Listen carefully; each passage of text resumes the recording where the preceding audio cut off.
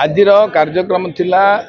जे party निर्देश क्रमे एवं जेहेतु भारतीय जनता पार्टी एठार विजय होती ओडिशा 20 एमपी सीट एवं 78 79 एमएल सीट रे विजय लाभ करिछि। बहु परिमाण में लोक आम भोट देते आम कौटि ना कौटि हारीचु कौटि ना कौटि जीतीचु। तेणु मतदाता अभिनंदन और संबर्धना सभा थिला।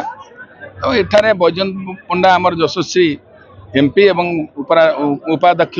भारतीय जनता पार्टी एठारे आस्तिले एवं से उद्बोधन देले एवं आगामी दिन में भारतीय जनता पार्टी केमिति सरकार को आगु को नब एवं ओडिशा को केमिति 1 नंबर राष्ट्र परिणत राज्य में परिणत करिवो भारत में एवं राज्यर केमिति उन्नति हबो एवं एथिपाई कार्यकर्ता मानक केमिति काम करिया पड़ियो से विषय हम उद्बोधन देले एवं आमे मध्य आगामी दिन तक आदेश पालन करिवो भारतीय जनता पार्टी के आगु नवा प्रतिज्ञा कर।